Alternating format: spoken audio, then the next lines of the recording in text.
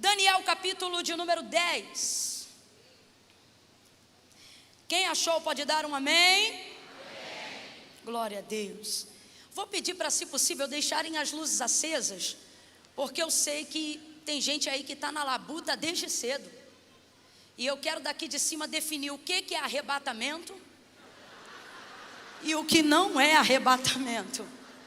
Então, se a gente puder ficar assim, pelo menos nos 20 primeiros minutos da ministração, vai ser bom. Podemos combinar assim? Estou falando com o pessoal da iluminação, não é com vocês não. Vocês querem escurinho. Não vai não. Daniel capítulo 10, verso 7 em diante, diz assim o texto: só eu, Daniel, tive aquela visão. Só eu, Daniel, tive aquela visão. Os homens que estavam comigo nada viram, mas caiu sobre eles um grande temor, e fugiram para se esconder. Fiquei, pois eu só, e tive esta grande visão, e não restou força alguma em mim. Desfigurou-se a feição do meu rosto, e eu não retive força alguma. Contudo, ouvi a voz das suas palavras. Presta atenção, gente. Contudo, ouvi a voz das suas palavras, e ouvindo a voz das suas palavras, eu caí com o rosto em terra, profundamente adormecido. Versículo 10: certa mão me tocou e fez com que me levantasse. Vou ler aqui na versão do telão com vocês.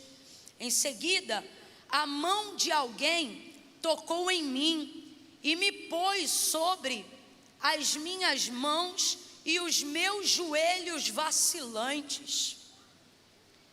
Verso de número 10 somente até o 10, rapazes, somente até o 10. Quando diz, certa mão me tocou, na minha versão diz, e fez com que me levantasse, tremendo sobre os meus joelhos e sobre as palmas das minhas mãos. E você diga amém por essa palavra. Essa palavra voltou ao meu coração nessa noite como palavra de Deus para esse dia, como resposta, como direção para o nosso ano de 2023, e não só para essa semana, mas para a nossa vida. Eu vou contar de 1 a 3, quando eu disser 3, eu gostaria que você liberasse uma palavra de ordem que determina o rumo profético daquilo que Deus nos confiou como verdade para a nossa vida nessa noite. Quem está me ouvindo bem, diga amém. No 3, você vai olhar para quem está ao seu lado e vai falar com verdade a essa pessoa, motivando-a. Você vai dizer assim para ele ou para ela: aguenta a visão. Só no 3, tá bom? Só no 3. Vou pedir o tecladista para me acompanhar hoje aqui, para ele me ajudar, o baterista também, que eu vi que os dois estão tomados. Eu vi na hora do louvor, eles estão tomados. Então, se vocês puderem me acompanhar, me ajudar hoje aqui, tá bom? Tecladista, o baterista. Se o guitarrista, o baixista não tiver problema, eu também não tenho. Pode ficar todo mundo aqui, viu? Pode ir chegando aí, manda notícia lá. Meu sonho é fazer parte do voluntário dessa igreja só para usar esse radinho. Baterista, tá chamando no altar. Tecladista, corre lá. Aqui é tudo calmo, mas vocês têm que ver eles no rádio, tudo sequelado. Vai. Bora, tá chamando? São show demais. No 3, tá bom? No 3 você vai dizer para essa pessoa: aguenta a visão. É 1, é 2, é 3, diga. Fala para o outro também, diga. Aguenta a visão, meu irmão. Aguenta essa visão aí. Sustenta o que Deus te entregou. Suporte o que Deus confiou a você. Deus jamais te daria uma visão que, ainda que no primeiro impacto te derrubasse, te levasse ao chão, te fizesse tremer as pernas, te fizesse sentir frio na barriga, enjoo, sensações ruins, talvez até medo. Mas Ele jamais permitiria com que alguma dessas coisas fossem permanentes. Todas elas são temporárias ante a visão que Deus te entregou. Nenhuma delas são permanentes. E o que é permanente, Camila? Permanente é a visão que Deus te entregou. Permanente é o propósito que a sua vida carrega e que Deus está corroborando, te revelando uma visão do futuro. Mas coisas assim mexem muito com a gente, e é por isso que Deus vai treinando a gente ao longo da nossa jornada ministerial, da nossa jornada de vida cristã, e por que não dizer da nossa caminhada. Deus vai nos treinando. Deus não pega, por exemplo, a visão primordial do seu propósito, a prioridade essencial da sua vida, e entrega todo o mapa da sua vida de uma vez só. Ele não faz isso. Deus, ele normalmente ele aponta o destino. Até porque tudo aquilo que te leva a um futuro te remove do passado e te faz caminhar no tempo chamado presente.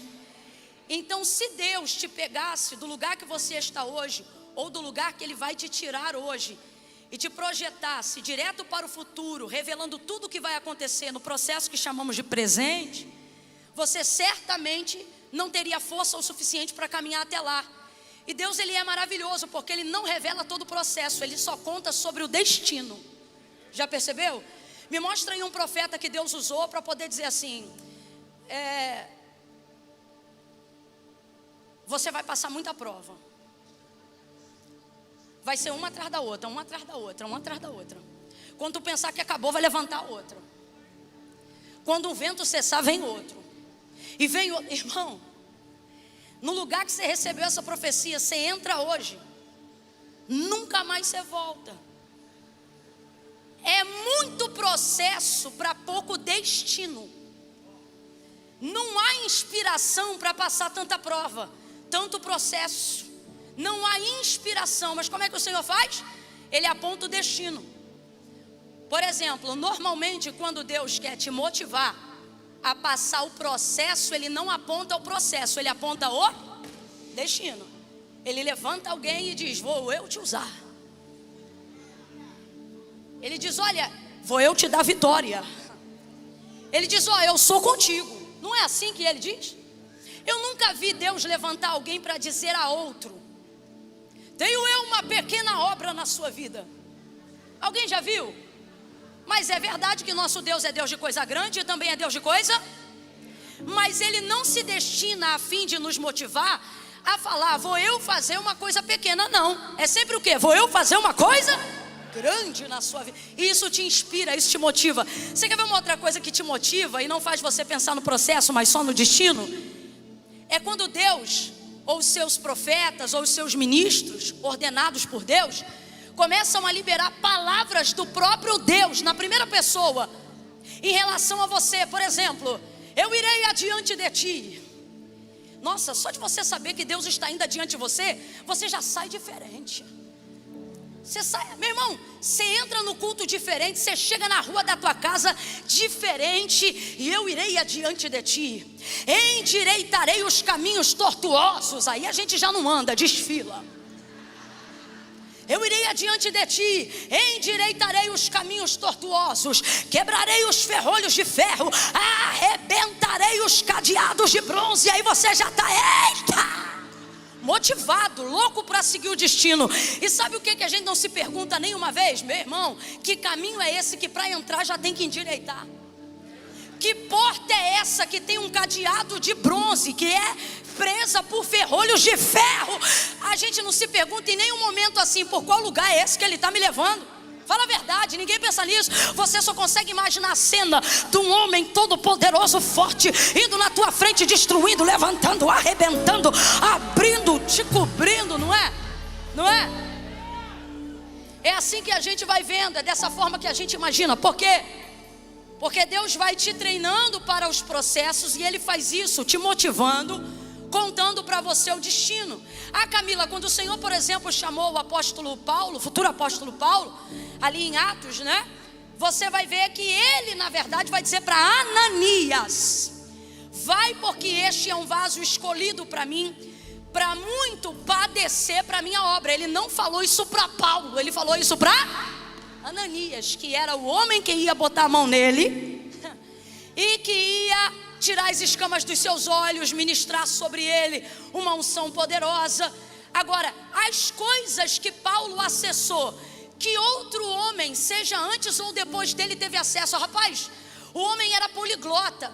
Uma pessoa poliglota, quando ela quer entregar uma palavra, uma experiência de algo que ela viveu, ela tem 5 idiomas pelo menos, dos quais ela pode transitar para melhor traduzir aquilo que ela viu, viveu ou sentiu. Então eu estou falando de Paulo. Quando ele vai até o terceiro céu, ele poderia usar idiomas cuja raiz etimológica de cada palavra fala com muita inteireza das coisas, mas ainda assim, aquilo que ele viu foi considerado inefável, porque o que Deus o destinou para ver e para fazer não poderia ser comparado e nem dito de maneira perfeita por nenhum olho humano, por nenhum ouvido humano e por nenhuma linguagem e nenhum idioma. Ele vai resumir dizendo: são inefáveis. Você trocaria, Paulo, as coisas que você viu, ou seja, o que estava no seu destino em razão do processo que você passou para alcançar lugares como a terceira região celestial? Certamente ele diria não, mas olha o que vai lhe acontecer no processo. E é ele mesmo que diz: e foi-me posto um espinho na carne, para que eu não me vangloriasse, não me ensoberbecesse por causa da grandeza das revelações que ele me entregou. Do que Paulo está falando? O destino foi tão glorioso, aquilo que Deus usou para fazer, irmãos. Se o propósito de Deus naqueles dias fosse uma lança, Paulo era a ponta de aço da lança. Foi algo tão grandioso que foi-lhe posto algo que o mantivesse dentro de um processo de dependência, para que ele sustentasse a humildade diante da grandeza das visões que Deus o entregou. Quem está compreendendo o que Deus está falando aqui?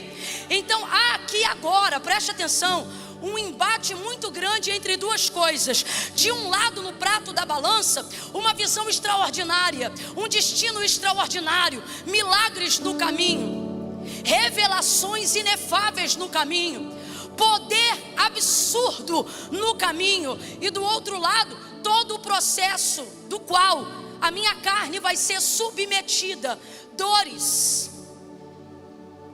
problemas às vezes emocionais que vão precisar ser administrados dentro do processo, perda de amizades, ou quem sabe até como Ezequiel para alguns aqui, o luto dentro da própria casa. Quantos aqui poderiam testemunhar que já viveram isso e ainda assim precisaram sustentar a visão? Mas por quê? Porque quando você sustenta a visão, a verdade é que a visão também sustenta você quando você pensa que não aguenta mais nada, porque ela é o seu destino e ela é o seu propósito, e é sobre isso que Deus nos trouxe aqui nessa noite para falar. Então olhe de novo para o teu irmão e diga para ele: aguenta essa visão. Olha o que Deus vai fazer. Deus vai treinar Daniel. Deus não vai dar a visão das últimas coisas para ele logo de cara. Presta atenção nisso aqui, vem comigo. Deus vai começar a falar com ele de maneira paulatina. Primeiro Deus vai falar sobre coisas pequenas, depois Deus começa a falar sobre coisas médias. E o que é que vai fazendo Daniel transitar para o próximo nível das revelações? Não mais a nível de palácio. Presta atenção. Deus começa revelando coisas a níveis de palácio. Depois Deus começa revelando a Daniel coisas de nível nação, mas na nação que ele estava naquela época, entre os caldeus, a nação epicentro, o lugar da globalização do mundo. E em terceira instância, Deus começa a revelar a Daniel não só coisas daquele tempo presente, ou das proximidades de anos daquele tempo presente, mas de coisas cujos anos Daniel nem estaria vivo para ver. Deus começou a compartilhar coisas com ele de acesso futuro, tornando ele, presta atenção, não apenas um espectador daquilo que Deus está dizendo que vai fazer, mas tornando ele uma ponte pela qual todo homem que quiser conhecer o futuro vai ter que trafegar por aquilo que Deus revelou a ele. Alguém está entendendo o que Deus está falando aqui? À medida que você vai graduando, À medida que você vai se submetendo às visões que Deus vai te dando, à medida que você é capaz de obedecer de maneira irrestrita e incondicional os comandos que Deus vai te revelando, Deus vai ampliando o leque do teu entendimento e o mapa da tua vida ministerial. Ele começa. Enquanto eu estou pregando aqui, pastor Felipe, Deus me mostra um mapa sendo aberto. Um mapa sendo aberto. Sabe assim, quando alguém desdobra um mapa? Entenda, esse mapa pode representar a tua vida, teu ministério ou o futuro desta igreja local. E sabe o que eu vejo Deus dizendo? O plano da tua vida está pronto muito antes do teu nascimento. Teu destino já existia antes do teu ponto de partida. O que Deus disse a Jeremias foi: antes que te formasse no ventre eu te conheci, as nações eu te entreguei por herança. Antes. Então veja, eu não nasci porque Deus tinha um propósito na minha vida. O propósito não é a minha vida, o propósito é a glória de Deus. Olha para mim, todo o propósito de cada pessoa que está aqui visa um único destino: glorificar e honrar o nome de Deus. Camila, então por que eu não estou encontrando o meu propósito? Vou lhe explicar agora. Porque você só busca coisas que façam sentido para você. Você busca coisas que realizem você. Você acha que só vai se encaixar na sociedade quando se vê aceito por ela. Você não discerne as visões do teu futuro porque você não entrega a tua vida no dono do teu futuro. Por quê? Porque para você, o que você chama de futuro já foi passado para Deus antes do seu nascimento. Mas por que você não consegue contemplar as visões? Porque desde que você nasceu, o mundo te ensinou a correr atrás dos seus sonhos, a correr atrás do que faz sentido para você, do que alegra a sua alma, do que te dá status na sociedade, do que faz você se sentir bem e seguro diante das pessoas. E é por isso que você vai encontrar gente que enriquece, mas é vazia, gente que prospera, mas é vazia, gente que inclusive acha que a solução de todos os seus problemas está no dinheiro, gente que pensa: se eu tivesse dinheiro eu não tinha problema, como se dinheiro fosse a resposta para a felicidade. Se dinheiro fosse a resposta para todos os males, ricos não davam cabo da própria vida. E por que isso acontece? Porque dinheiro na mão de quem não tem propósito é papel, não significa absolutamente nada. Entenda isso. Não é mais importante o recurso do que o destino. Você pode ter um carro, você pode ter gasolina, mas se você não tiver um destino, o carro vai ficar na garagem. Pode ter habilitação, mas se não tiver um destino, vai ficar com a vida paralisada. Agora pegue uma pessoa que tem destino, mas não tem carro. Ela chega a pé, ela chega de bicicleta, ela chega de ônibus, ela chega. E por que ela chega? Porque não é sobre o recurso que ela tem no processo, é sobre a ciência que ela tem do destino, do caminho. Quando você sabe aonde você vai chegar, você não espera ter para ir, você vai na força da visão. E a visão prepara o recurso no caminho. Agora por quê? Por que a maioria de nós passa a vida inteira correndo atrás do que chamamos de propósito? Completa para mim só para eu ter certeza que você está comigo. A maioria de nós passa a vida gastando muita energia, muito tempo correndo atrás daquilo que a gente acredita que é o nosso, mas baseia isso em muitas conquistas humanas. E às vezes Deus permite a gente acessar dentro de um esforço descomunal, que às vezes nos leva a picos de ansiedade, depressão, desgaste absurdo, tremores. Eu sei que existem algumas dores e angústias aqui da alma que são ocasionadas por questões físicas que geraram questões psicossomáticas, substanciais, neurais. Eu não sou leiga, não me trate como idiota, mas eu também sei que existem outras que estão sendo geradas dentro de nós, não pela ausência de substâncias neurais e hormonais, mas pelo excesso de peso, de expectativa que a gente coloca em querer realizar o que a gente acha que é o nosso propósito de vida, mas que na verdade está baseado em corresponder à expectativa que os outros colocam ao nosso redor. E aí às vezes você chega no que chamamos de pico do sucesso da sociedade e não se realiza. Por quê? Porque não era sobre ter recurso para fazer o caminho, era sobre saber qual era o destino da sua vida. E por que muitas vezes não estamos encontrando esse destino? Volto a dizer, porque somos tão egocentristas na nossa natureza adâmica caída, que a verdade é que de vez em quando a gente descobre que o Deus que a gente diz adorar, na verdade nada mais é do que uma versão idealizada de nós mesmos. Vou falar bem rasgado que é para todo mundo entender, que eu estou sentindo que tem um espírito de sabedoria aqui. Estou falando muito bonito hoje.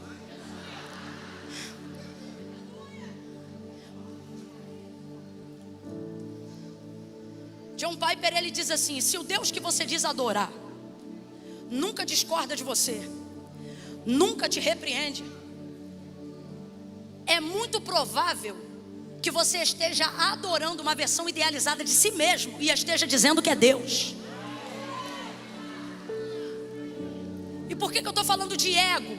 E ele tem sido a barreira que tem nos impedido de viver e de ver o mapa da nossa vida que já está pronto. E Deus quer mostrar para a gente, não só quando a gente chegar lá, Deus quer mostrar para a gente agora, porque o que a gente chama de futuro para Deus já é há muito tempo.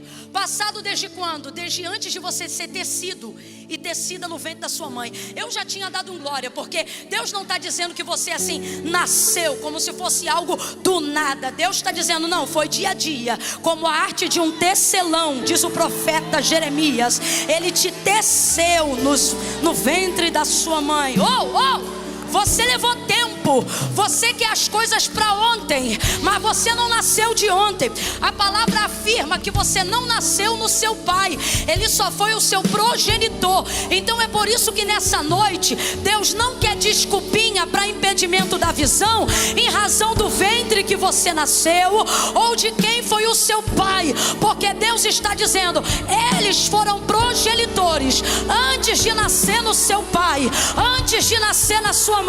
Está na palavra, você nasceu no meu pensamento, foi eu que te gerei. Não há nenhuma vida aqui nessa noite, eu vou falar de novo, não há nenhuma vida aqui nessa noite que não carregue um propósito e uma visão extraordinária, cujo objetivo não seja a glória de Deus. Quem tem ouvidos, ouça o que o Espírito diz à igreja. Se até as estrelas, uma por uma, Ele se ocupou em dar nome para elas, não seria porventura a vossa vida mais importante do que as estrelas, do que os lírios do campo, do que as aves que não semeiam nem fiam? O vosso Pai que está no céu, o vosso Pai que está no céu, disse Jesus, de todas essas coisas, de todas essas coisas, de todas essas coisas, ei, complete aí para mim por favor, de todas essas, de todas essas, de todas essas. Jesus está falando com os seus discípulos de coisas, e pela primeira vez Ele está deixando claro que o Pai que é dele, na verdade também é nosso. Antes de Jesus o Pai era só dele, ok? Ninguém se reportava a Deus dizendo Pai, todos se reportavam a Deus dizendo Senhor, Deus, Yahvé, Jeová. Foi só depois de Jesus que entendemos que Ele não era apenas, não que fosse pouco, mas havia um outro nível, não apenas Senhor, mas também acima disso Pai. E isso é muito extraordinário. Então nesse momento, Jesus, vendo a preocupação dos discípulos com as coisas, vai deixar claro para eles, eu não quero vocês preocupados com, porque isso impede você de entender qual é a visão, qual é o propósito. Isso desenvolve em você uma crença limitante muito forte, de achar que seu relacionamento com Deus vai estar baseado em coisas. Deixa eu te falar, enquanto você busca a Deus somente para suprir coisas, você só vai ter pequenas partículas e vislumbres da sua vida. E Deus não quer te dar vislumbre. Deus não quer te dar déjà vu. Deus quer mostrar para você que não importa o que você vai encontrar no caminho, você vai dar conta de passar por ele. Porque a sua vida carrega não apenas um sonho de mãe, de pai ou seu, mas ela carrega uma visão que Deus teve com você no dia que decidiu te criar. Então presta atenção que seu ego vai tomar um socão agora. A gente é tão egocentrista que sabe o que a gente pensa? Que Deus estava pensando na gente quando criou a gente. Sim ou não?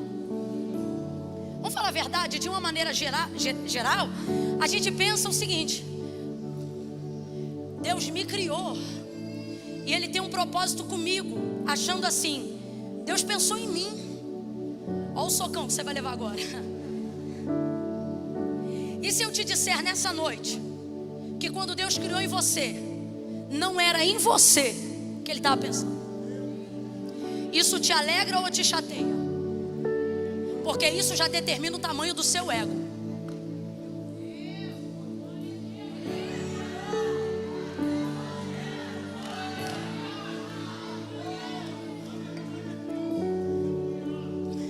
Para quem acha que pode ir sozinho, para quem acha que ter sonho humano é o suficiente para depois de realizá-lo, se sentir realizado, ao ouvir essa palavra você pensa: não, eu não concordo não.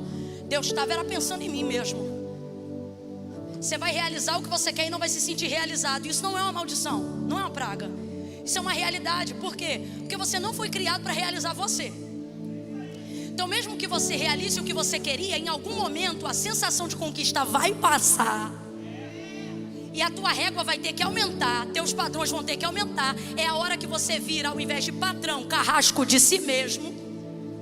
Abre aspas porque eu vou dizer, porque para liberação dessa nova endorfina de super conquistador, você vai começar a fazer um monte de loucura. Por quê, Camila? Porque você precisa de coisas mais pesadas, mais intensas. E isso aí na verdade é a sua alma procurando por um lugar que só o prazer que você dá para Deus pode preencher. Então presta atenção que eu vou falar de novo. Engole no seco e começa a pensar nisso. Quando Deus me criou, não era em mim que Ele estava pensando. Como não, Camila? Não. A palavra de Deus é clara. Qual é a motivação da criação do Criador? E qual é a base que motiva a criação do Criador? Não estou inventando, está na palavra. Porque dele são, porque dele, nele, por ele, para ele são todas as coisas. Dele, nele, por ele e para ele são todas as coisas. Dele, nele e por ele, para ele são todas. Catuque alguém e diga: dele, nele, por ele, para ele são todas as coisas. Você é dele, se move nele, é para ele e fará todas as coisas para a glória dele. Você é dele, toque nele, fará para ele todas as coisas para a glória dele, nele, por ele, através dele, todas as coisas.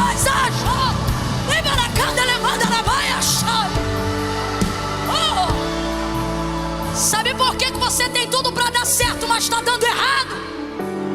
Porque você foi programado para funcionar com um objetivo. Qual, Camila? Tudo em sua vida deve glorificar. Paulo deixou isso muito rasgado, muito claro, quando ele disse: quer comais, quer bebais, ou seja, quando vocês forem fazer as coisas mais simples e triviais do mundo, façam para a glória de Deus. E sabe o que ele está querendo dizer com isso? E aí nas coisas mais simples e triviais do mundo, vocês se sentirão as pessoas mais realizadas da humanidade. É por isso que tem gente que está andando de avião e está tão triste. E tem gente que está varrendo a casa, mas está fazendo para a glória de Deus, cheio do Espírito Santo. Tem gente que tem 4 carros, 5 4 casas, uma família perfeitamente saudável, mas não consegue se alegrar. A outra faz quimioterapia, bota lencinho na cabeça para ir para a igreja, depois do culto ajuda a cantina e vai lavando a louça, cheia do Espírito Santo de Deus. E alguém diz: como pode? Um tem tudo e o outro não tem nada. Aí Paulo vai dizer: quando eu andei pela terra, eu vi homens que pareciam ter tudo, mas não possuíam nada. Outros que não tendo nada, possuíam tudo. Eles entendiam a visão e o propósito que a sua vida carregava. Bata no teu peito aí agora e diga: eu fui feito para Ele, para a glória do nome dEle. Bata no peito e diga: se não for para ser dEle. Tem gente que está com medo, diga: se não for para ser dEle, não será completo. Ser de mais ninguém. Eu vou cantar para Ele, pregar para Ele, eu vou empresariar para Ele. A minha empresa é dEle, meu casamento é dEle, os meus anos de vida são para Ele, a minha juventude é dEle, minha mocidade é dEle, a força da minha vida é Ele, porque é dEle, nele, por Ele e para Ele.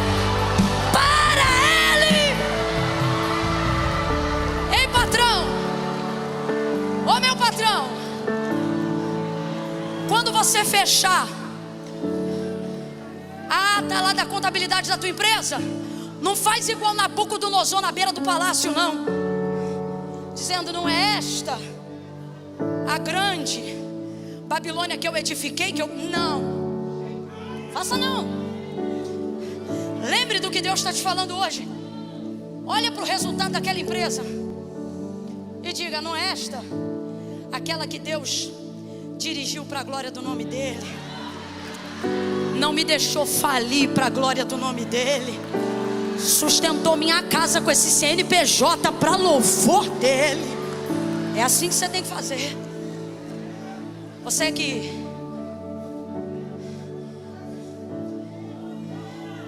está envolvido em atividades, faça tudo para Ele, das mais sensacionais até as mais triviais, e em tudo você se sentirá realizado, seja varrendo uma casa, ou seja conquistando um MBA, você vai se sentir realizado. Então, quando Deus fez a mim e a você, não era em mim você que estava pensando. Para o vaidoso, isso chateia ele. Para o humilde, essa é sua garantia. Porque quando tudo declina e você pensa: vai dar ruim, aí você lembra: e vai não. Vai não, porque isso não é sobre mim, é sobre quem não falha, não muda, não dorme, não tosqueneja, não erra,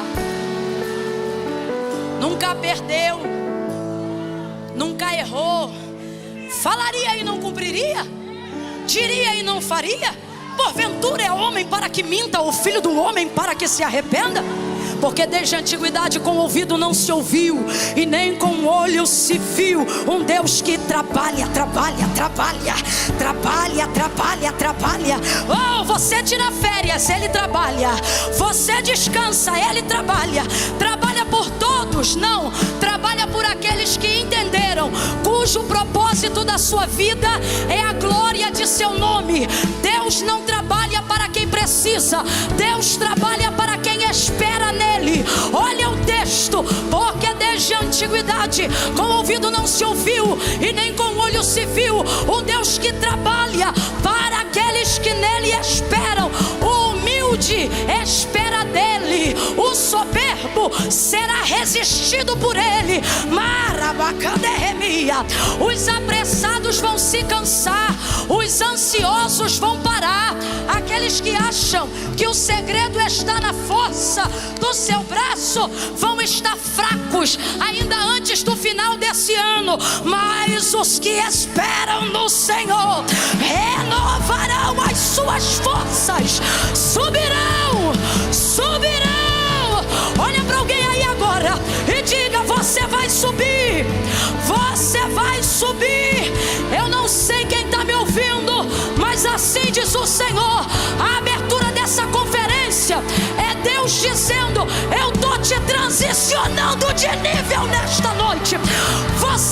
subir para um novo nível. Pés como os das corças, asas como de águia. Correrão e não se cansarão, caminharão e não se fatigarão.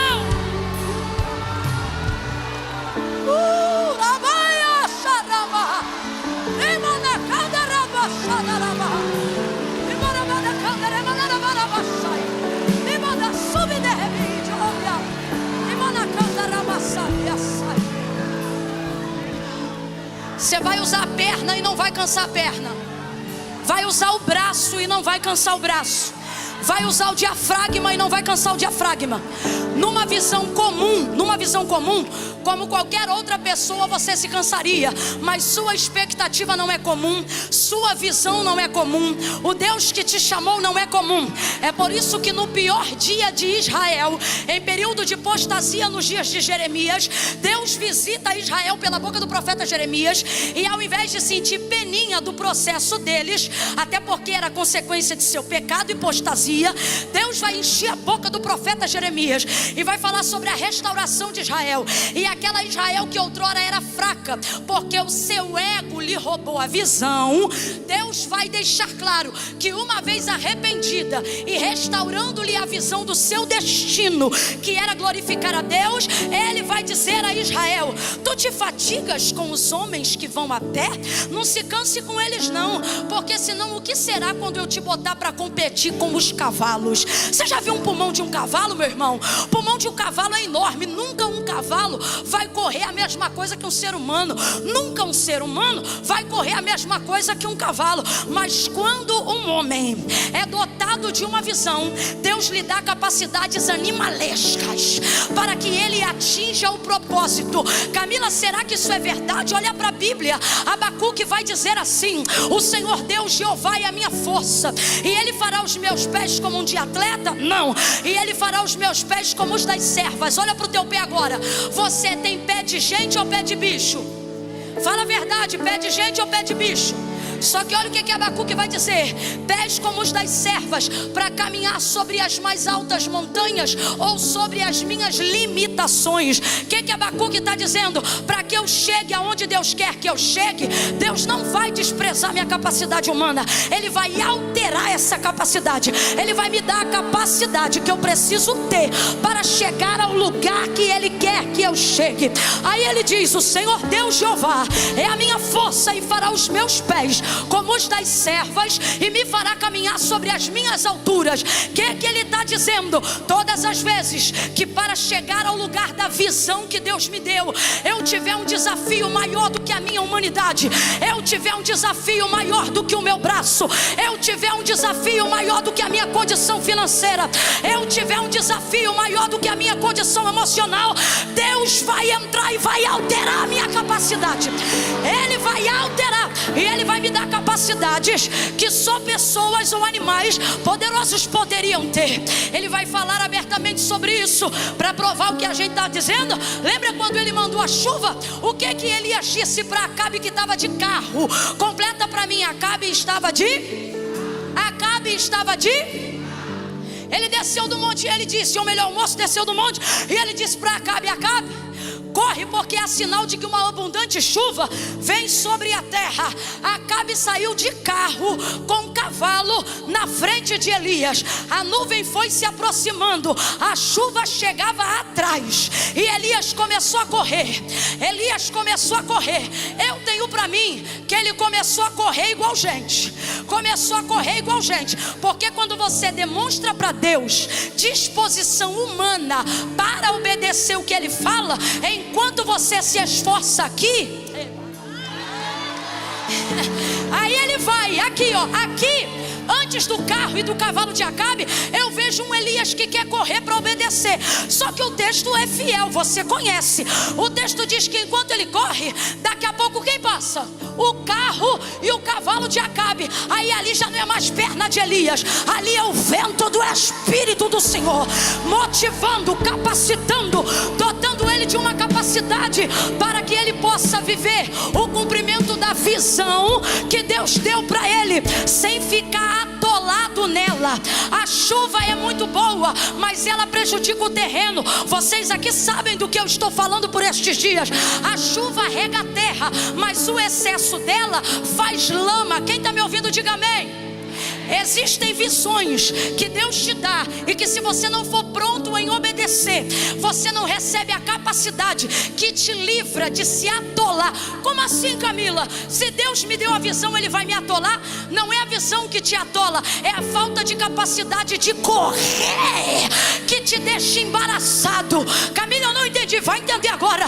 Deus está dizendo: eu jamais vou te dar uma visão da qual eu também não te dei a capacidade para realizar. Então, ao invés de reclamar que o teu ministério é grande, que as tuas responsabilidades são imensas, que a obra de Deus te consome, Deus está dizendo para alguém hoje aqui: você não está consumido e esgotado pelo esforço que você faz em obedecer a visão que eu te dei. Você tem andado esgotado e desmotivado pelo esforço que você faz em não corresponder ao teu chamado. É isso que te esgota, é isso que te cansa. Uma das maiores perguntas ministeriais que eu recebo quase toda semana é: Camila, é difícil fazer a vontade de Deus? E eu sempre respondo da mesma forma: é mais fácil do que tentar fugir dela. Quando Deus te dá uma visão, completa bem forte aí pra mim. Quando Deus te dá quando Deus te dá qual é a parte do bem forte que você não entendeu? Quando Deus te dá óbvio, ela é maior do que você, porque a visão não é sua, a visão é de quem? Então entenda, vai te assustar, vai querer fazer você ter vontade de correr contrário à realização da visão, do cumprimento da promessa. Só que o que te assusta é também o que te enobrece. O que, Camila? Saber que o que eu carrego não é meu. E é por isso que às vezes a gente é tão humilhado no processo de realização, porque é tão grande que a pessoa olha para a tua casa e não entende, olha para a tua família e não entende, olha para os teus recursos e não entende. Como é que essa visão é sua? Como é que esse propósito é seu, morando aonde você mora, tendo nascido na casa que você nasceu? Como é que pode? Mas na verdade essa é a prova de que a visão é de Deus. Se fosse sua, ela caberia no seu mundo. Então qual é a dificuldade? Fugir do mundo de Deus, porque o mundo de Deus não cabe no meu. Então eu quero fugir o tempo todo do mundo de Deus. Eu começo a fugir de profeta, eu começo a fugir de igreja, eu começo a fugir de quarto de oração, porque quanto mais eu busco a Deus, mais Ele abre o mapa do meu destino. Quanto mais Ele desdobra o mapa do meu destino e do plano que Ele tem comigo na minha busca, fico inspirado, mas também fico com medo, porque é maior do que eu. Todos vocês que estão aqui se sentem especiais, mas vocês sufocam essa especialidade porque alguém incutiu na sua mente que você é igual a todo mundo. Mas não é. Eu aprendi isso com a minha cunhada e nunca mais esqueci. Ela disse assim: entenda, você não é a única pessoa. Não é, mas é uma pessoa. Dá para compreender a diferença? Vou repetir. Não viva como se você fosse a única pessoa do mundo. Você não é a única pessoa do mundo. Existem outras pessoas aqui nessa noite, sim ou não? Então eu não posso viver como se eu fosse a única pessoa. Não posso. Mas eu preciso viver no meio dessa multidão, sabendo que eu não sou a única pessoa, mas sou uma pessoa única. E se sou única, se você é único, isso te torna especial, sim. Sua digital prova isso, sua cadeia genética prova isso. As especialidades que Deus confiou a você tornam você especial. E por que você não está realizado?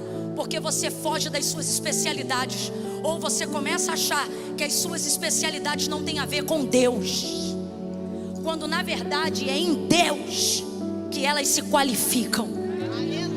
É em Deus que elas te legitimam o crédito que a sociedade almeja ver. Mas quando Deus te revela a visão, tudo que você quer é fugir da visão, porque ela é maior do que tudo que você tem. Então você pensa, eu não vou dar conta. Como você já carrega, quem ainda está comigo, diga amém.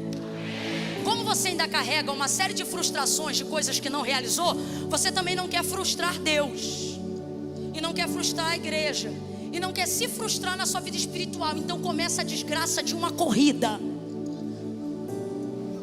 aonde Deus te chama de um lado, e o teu medo de frustrar a única parte que você tem boa hoje, que é Deus, você fica com medo, e você diz, eu vou fugir. Não é só você, a visão causa isso. Preste atenção que para os exegetas não ficarem murmurando em pensamento contra mim, por causa da leitura de Daniel. Deus foi treinando Daniel,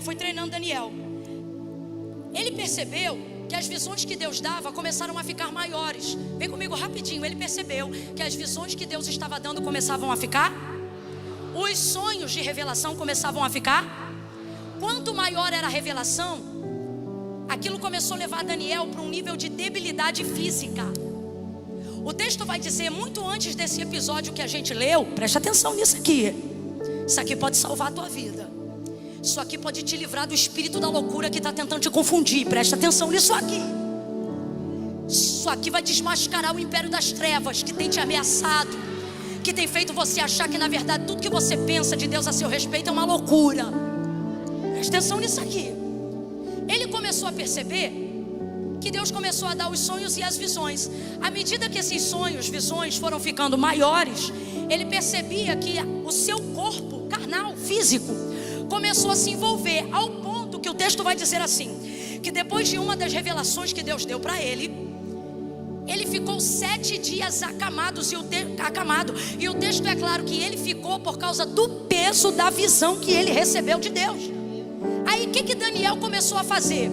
Quanto maior era a visão, ele não fugia. Sabe o que ele começou a fazer? A estender e aumentar o nível de santificação. Sabe o que eu vejo em Daniel? Um negócio que estava faltando na gente, mas o nível de esgotamento, presta atenção, de fugir do chamado, ele já chegou num ponto tão grande que tem gente hoje aqui que está no tudo ou nada. Tipo assim, quer saber? Se fugir eu estou cansado, agora eu não vou fugir dele não, eu vou correr para ele, vamos ver no que vai dar. Eu queria que você olhasse para alguém agora, fosse profeta na vida dessa pessoa e dissesse assim para ela, em 2023 é tudo ou nada. Você está entendendo que Deus está te chamando para um tudo ou nada? Ele está dizendo, ou você vai morrer fugindo, ou você vai se cansar tentando chegar. Só que você já perdeu tanto, que agora você vai para o tudo ou nada. Quer saber? Eu não vou mais me esgotar tentando fugir. Se é para me esgotar, eu vou me esgotar tentando encontrar a realização do chamado que Deus me deu. Aí olha o que ele vai fazer. Ele começa a aumentar o nível de santificação. Ele começa a consagrar mais. Olha para alguém agora e diga, consagre mais. Bora que você ficou sem graça, diga aí, consagre mais. Aí ele percebeu o quê? Estou resumindo um apanhado do livro de Daniel, num contexto bem superficial. Quanto mais ele santificava, mais o mapa abria. Quanto mais ele santificava, mais Deus via que podia falar mais coisas para ele. Olha aqui para mim. Deus está dizendo, eu não tenho prazer em ocultar o teu futuro. Eu só não revelo todo ele porque eu não comecei nem a te contar e você já está paralisado.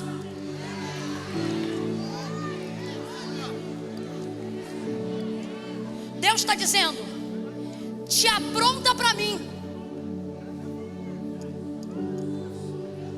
Deus está dizendo assim, ó, não espere eu te chamar para conversar não. Se consagra e me chama para conversa.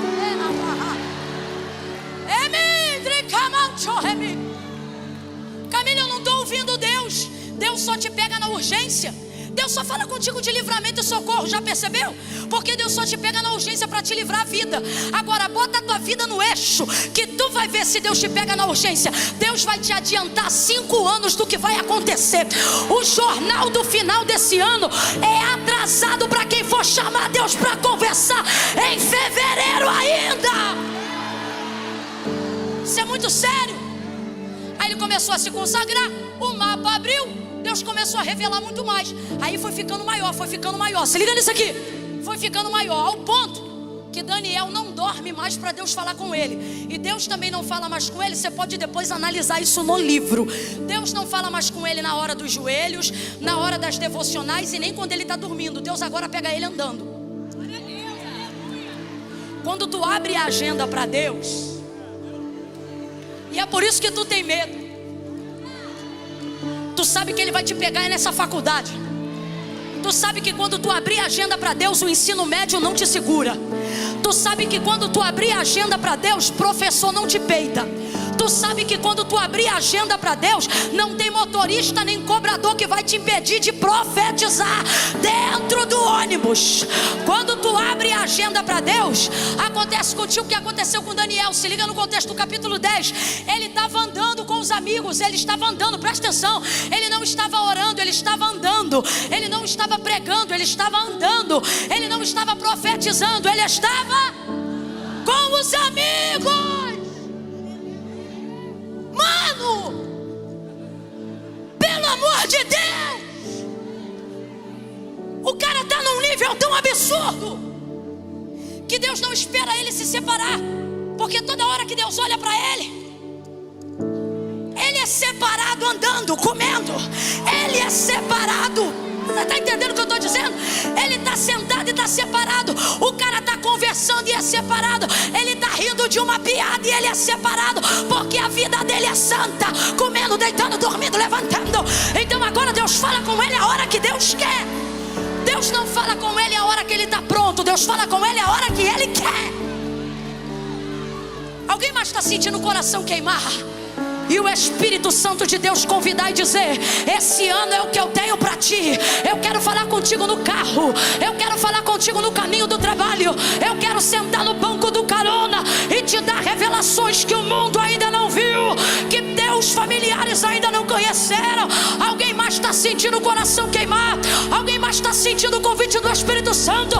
Ele está dizendo: eu vou entrar no meio da conversa dos teus amigos, porque eu também vou virar teu amigo. Eu vou andar contigo no meio da rua.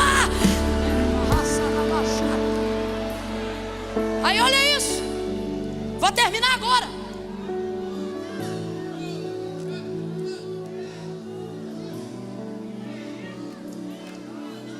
Ele está andando, não sei se no palácio, se na rua. Ele está andando com os amigos, não sei quantos. Talvez seja aqueles do início.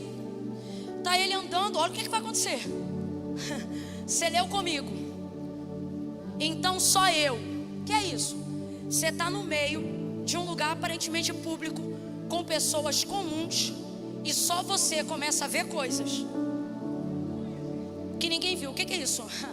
Visão aberta para Daniel. Aí presta atenção, o texto é claro em dizer que os amigos não viram, mas sentiram um pavor.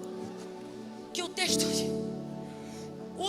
diz que eles não viram nada, mas sentiram um temor tão grande que só quem ficou, porque todo mundo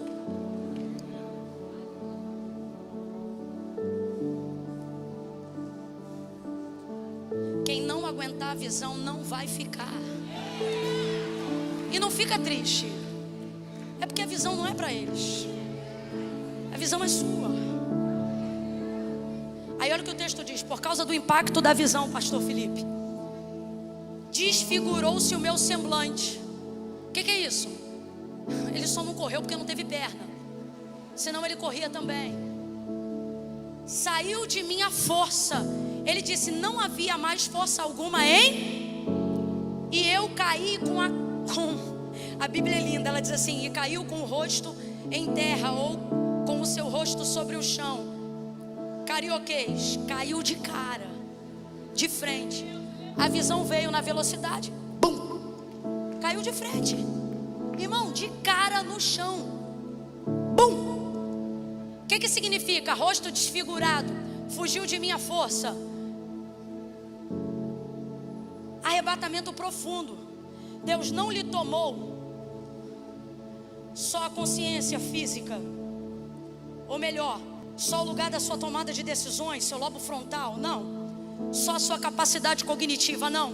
Deus tomou-lhe o corpo também, como fez com João na ilha de Pátimos. Tirou o corpo à força para ter liberdade no espírito de Daniel. Às vezes Deus faz isso com o teu corpo físico. É por isso que Ele te debilita no processo, para Ele ter teu espírito livre na mão dEle. Deixa eu falar um negócio bem aqui para todo mundo entender. Se tu tens uma visão que ainda não envolveu o teu corpo nisso, é porque ela ainda não foi grande. Deus ainda não revelou ela toda. Quando Deus te dá uma visão grande, não vem com essa, meu irmão. Ah, se é de Deus fica tudo bem, meu irmão. Se a visão é grande, vai envolver corpo, vai envolver família, vai envolver emocional. O pau vai cantar para tudo que é lado. Quando a visão é grande, minha irmã, ai não, Camila, eu acho que não é de Deus o que eu estou vivendo, porque eu estou tendo que tomar remédio. E quem disse? Está tomando remédio, mas está aqui no culto, não está? Sustentando a visão? Tem gente que não está tomando nada, não entende nem a visão, nem toma remédio, está paralisado. Tu tô aqui, ó, eu acho lindo. Não é ironia, não. Tá ali fazendo um tratamento bonitinho, terapia 2 vezes por semana, remedinho ali, vem tomar aguinha na igreja, ninguém sabe, ninguém viu. Mas na hora do culto tá ela adorando, na hora da promessa tá ela crendo, na hora do milagre tá ela esperando. O que Deus está dizendo para mim e para você? Agora você entendeu a grandeza da visão. Eu não estou dizendo que Deus vai te arrebentar para cumprir. O que eu estou dizendo é que não tem como cumprir sem envolver espírito, alma e corpo. Se a promessa que Deus se a promessa que Deus te deu ainda não deu uma balada na tua alma, ainda não deu uma sacrificada no teu corpo, se tu nunca te cansou pelo propósito que tua vida carrega, tu ainda não entendeu o propósito, pastor. Tu ainda não entendeu o propósito, ovelha. Se a tua vida tem de Deus uma visão, isso vai envolver alma, espírito e corpo. Era por isso que Daniel sentia no corpo o peso do chamado, mas não abria a mão na visão. Nesse dia foi a maior de todas. Deus deu para ele uma parte da revelação das 70 semanas. Ele vai para o chão, bum, caiu, desmaiou, foi arrebatado. Está tudo dentro do mesmo contexto, bum. Aí olha o que o texto diz: uma mão me tocou. Não era de um ser humano normal, porque ninguém ficou. Só eu, Daniel, vi. Ele aguentou a visão, não saiu. Aí olha o que o texto diz: a mão veio, tocou nele. Se você olhar direitinho na tua Bíblia em casa, você vai ver que a mão não levanta ele, a mão só o desperta. Agora uma mão que é de um anjo, que num exército contra Senaqueribe arrebentou com centenas de uma vez só, não podia levantar um homem fraco do chão? Sim ou não? Sim ou não? Mas olha para mim, levantou? Levantou? A mão poderosa foi lá, Mariana, botou a mão nele, na altura do ombro, e dizia para ele: Daniel, levanta. Não, você vai entender, isso aqui é tremendo, irmãos. A mão podia pegar ele, meu pastor, e botar o homem de pé, sim ou não? Vem, Lagoinha, sim ou não? É Lagoinha ou Poça? Vem, Lagoinha, sim ou não? É por isso que eu toco mesmo, é lá. Mas não levantou. A mão sacudia ele e o encorajava a se levantar. Então aqui, vou traduzir para miúdos. O anjo não pegou ele pela mão e disse: está de pé, não. O anjo sacudia ele e dizia: levanta. Faça com alguém o que o anjo fez com Daniel. Bota a mão no ombro de um ou dois aí agora, por favor. Bota de qualquer jeito não. Deixa essa pessoa perceber que ela sentou-se ao lado de um profeta nessa noite. Deixa ela perceber que a sua vida será usada como a vida de um anjo para ela. Bota a mão, só bota a mão, só bota, só põe a mão. Agora com a mão no ombro dessa pessoa, começa a sacudir de leve e diz assim: levanta, levanta, levanta. Sacode mais forte. Levanta. Daniel não falou isso não, tá? Eu que vou dizer agora. Olha para quem está do teu lado e diga assim: me ajuda. Fala para ele: estou te ajudando. Aí você responde assim: então, me levanta. Aí responde para ele: diga não. Agora você vai pregar para ele e vai dizer assim: porque Deus jamais vai te levantar do lugar que Ele já te capacitou para ficar de pé sozinho. Deus não vai te dar uma visão que te deixa caído. Deus não vai te dar uma visão que te deixa prostrado. Deus não vai te dar uma visão que te abate a alma e que te deixa caído no chão. Quando Paulo foi cercado pelo resplendor de luz do céu em Damasco, Jesus apareceu para ele e disse: eu sou Jesus a quem tu persegues. Caído no chão ele estava, caído no chão ele ficou. Jesus pregou para Paulo e disse: duro será para ti recalcitrar contra os meus aguilhões. Falou com ele, deu visão para ele, mas na hora que terminou a visão, Jesus disse para ele: agora levanta-te e entra na cidade, e lá te será dito o que vai acontecer. Deus está dizendo: a visão te amedronta, a visão te assusta, mas você não vai ficar caído diante dela. Levanta, Daniel, levanta, Júlia, levanta, Andressa, levanta, Bruna, levanta, Larissa, levanta, Sabrina, levanta. Orebaraia, Candarebaha. Camila, a mão de Deus não vai me botar de pé não, hoje não. Senta só mais 5 minutos para não te cansar. Por que não?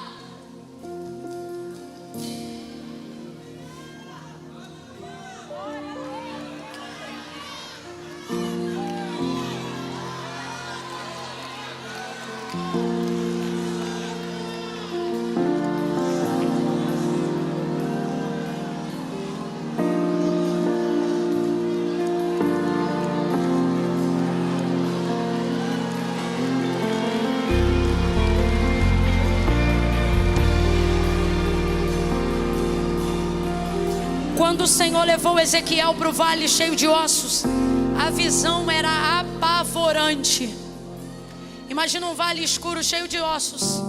Não há esperança num lugar assim, pastora. Não há esperança num lugar assim, John. Mas o Senhor disse para ele: profetiza, filho do homem. Olha o que o texto diz, Ezequiel 37. Me tomou pela mão, me levou para o meio de um vale que estava cheio de ossos. Olha como o texto diz: e me deixou lá. A mão que levou ele não ficou com ele lá. O texto diz que a mão levou e o dei. Mas por que teve vida no vale? Porque não importa quando você não vê a mão te pondo de pé. Não foi a mão que ergueu Daniel. Olha o texto quando chegar em casa. O texto diz que a mão lhe tocava. A mão não lhe erguia, a mão lhe tocava. Ele estava com a mão espalmada no chão e o joelho no chão, de frente. À medida que a mão lhe tocava, ele esticava a palma da mão e ele se esforçava para si. Não era o anjo que levantava ele, o anjo o encorajava. Aí olha o que o texto diz: que o anjo falou com ele: ouve a minha palavra. Em outras versões, ouça a minha voz. Volta para Ezequiel.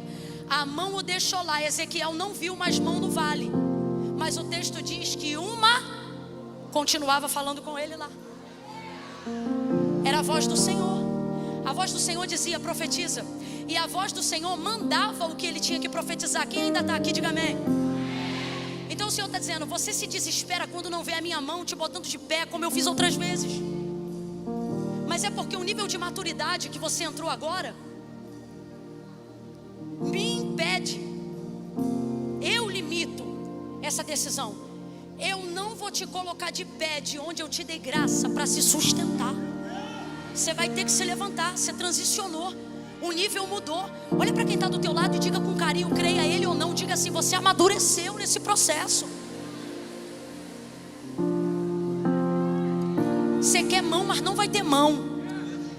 A mão não vai levantar, ela só vai te encorajar. Aí o anjo botava a mão nele e dizia: ouve a minha palavra, ouve a minha voz. Aí ele ouvia, sabe por quê? A visão de Deus não rouba a tua consciência. Quem faz isso é o diabo.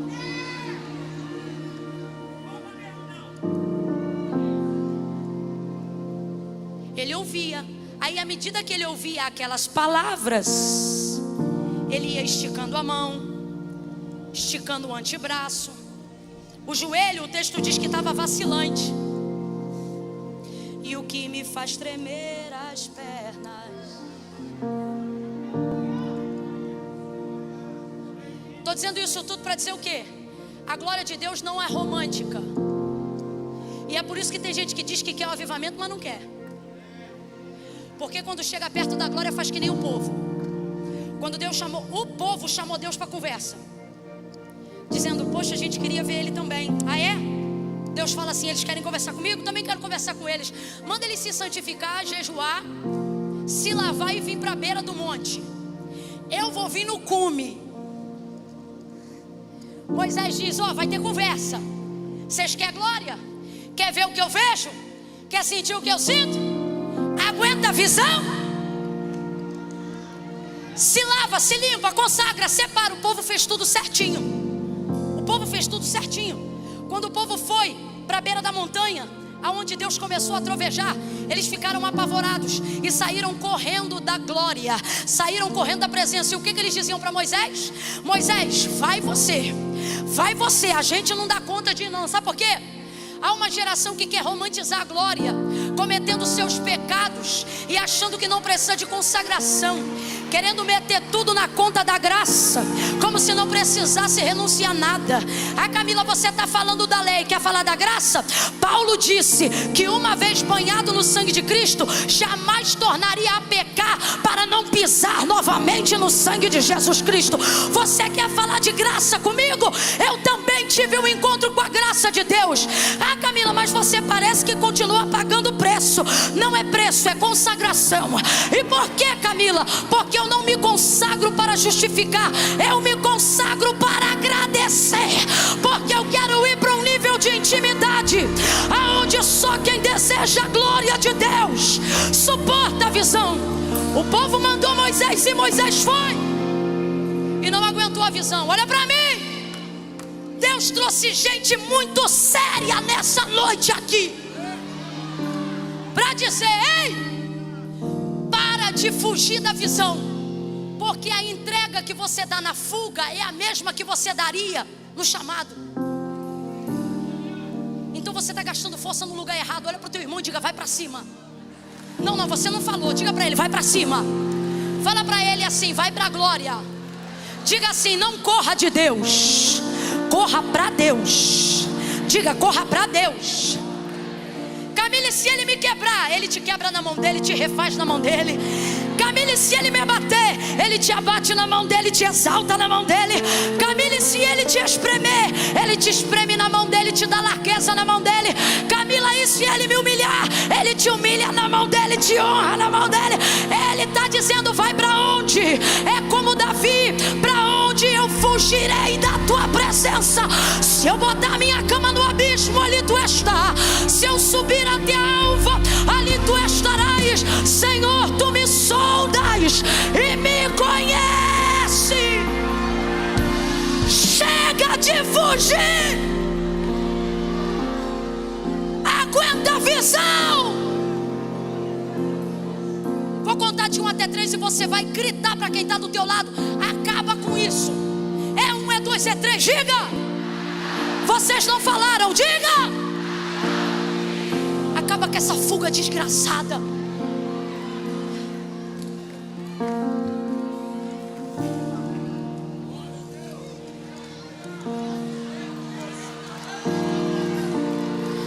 Bota a mãozinha no ombro dele de novo e diz: levanta. Fala para ele: levanta. Só ouve a palavra, só ouve a voz. Camila, Deus não está me levantando.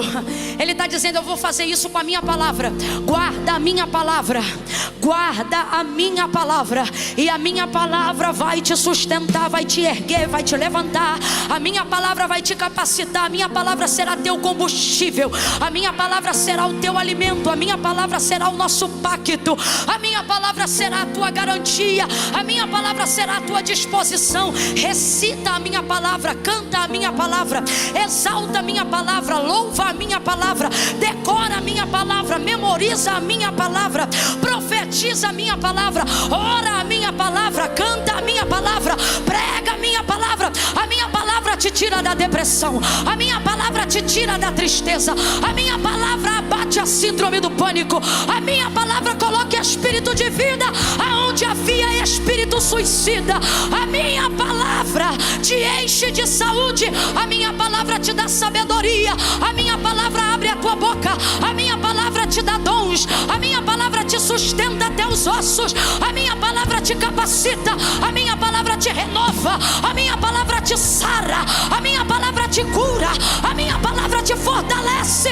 Recita a minha palavra, decora a minha palavra, medita no livro dessa lei de dia e de noite, e ele te fará prosperar. Minha palavra. Aí Daniel ficou de pé.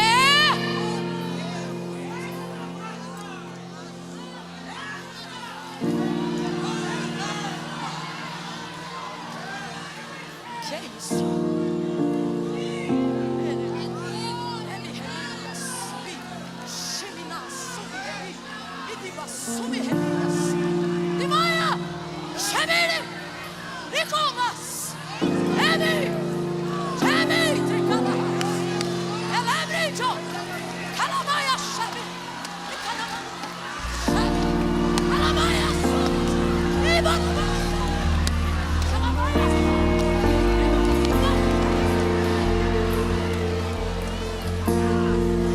Daniel fica de pé.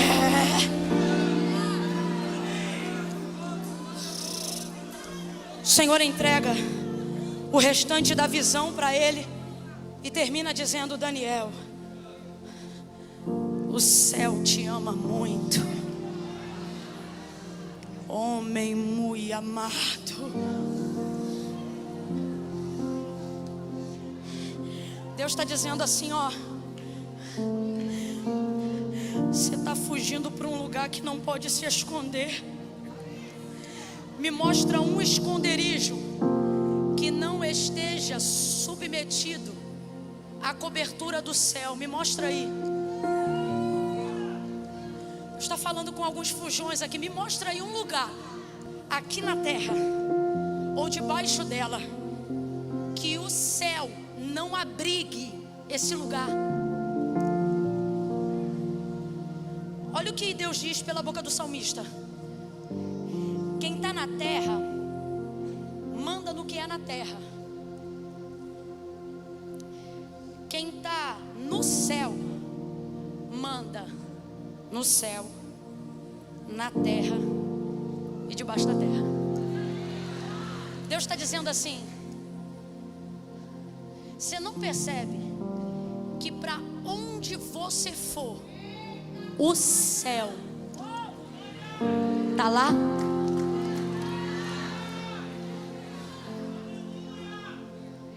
Homem muito amado, Daniel se levantou tremendo. Ele se levantou como? Ministério de Louvor, vem subindo aqui para me ajudar. Mari, vem para cá que eu sei que você sabe cantar essa música. Ele levantou tremendo. Se o joelho estava vacilante, eu imagino ele levantando sozinho. Botou primeiro uma mão, a outra, aí foi. Igual algumas pessoas vão sair hoje aqui depois que caírem arrebatadas. Eu imagino o joelho dele levantando tremendo. E ficou de pé. Tremendo, mas ficou de? Apavorado, mas ficou de? Ressabiado, mas ainda assim de? Deus está dizendo: aguenta de pé que o restante eu sustento. Entregou a visão para ele, falou o que ia acontecer, ele buscou. Da outra vez que Deus tomou ele já não foi de cara no chão. Por quê? Porque você vai transicionando e vai melhorando, entendeu? O que eu quero dizer? A glória não é romântica, a glória é apavorante. Mas ainda assim ela é a melhor coisa que o homem pode ter. Moisés disse assim: deixa-me ver o teu rosto, mostra-me a tua. Moisés, o homem não pode me ver e continuar vivo. Esconde ali, na fenda daquela rocha, eu vou passar de costas e tu verás a minha glória. É o único jeito de você não morrer. Deus está criando uma estratégia para a glória não matar. Deus está fazendo isso desde que criou o homem. Quem é Jesus? A rocha fendida, disse Paulo aos Colossenses, para que todo homem que nele se abrigar poder ver a glória sem morrer. Aí Deus está falando para mim: tu tem glória e foge da glória?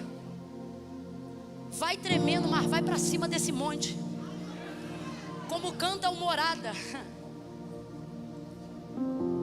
eu vou subir o monte que outros, e vou ficar lá até te encontrar.